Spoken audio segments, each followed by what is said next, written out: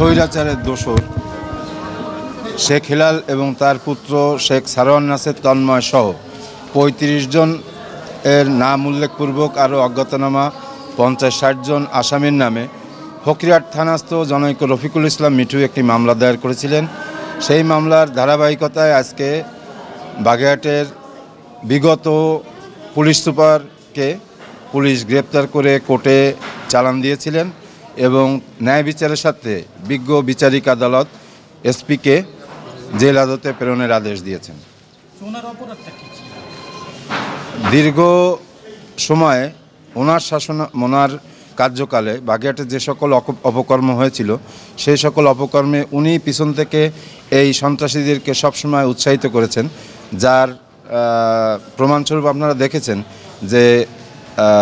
5ই আগস্টের বিপ্লবের আগেই ওনার যে জ্বালাময়ী বক্তব্য ছিল বিগত সরকারকে নিয়ে, যেটা সারা বাংলাদেশে ভাইরাল হয়েছিল, ওটা দিয়েই বোঝা যায় যে বাগেরহাটে এই অপশাসনের পক্ষে ওনার কি অবদান ছিল।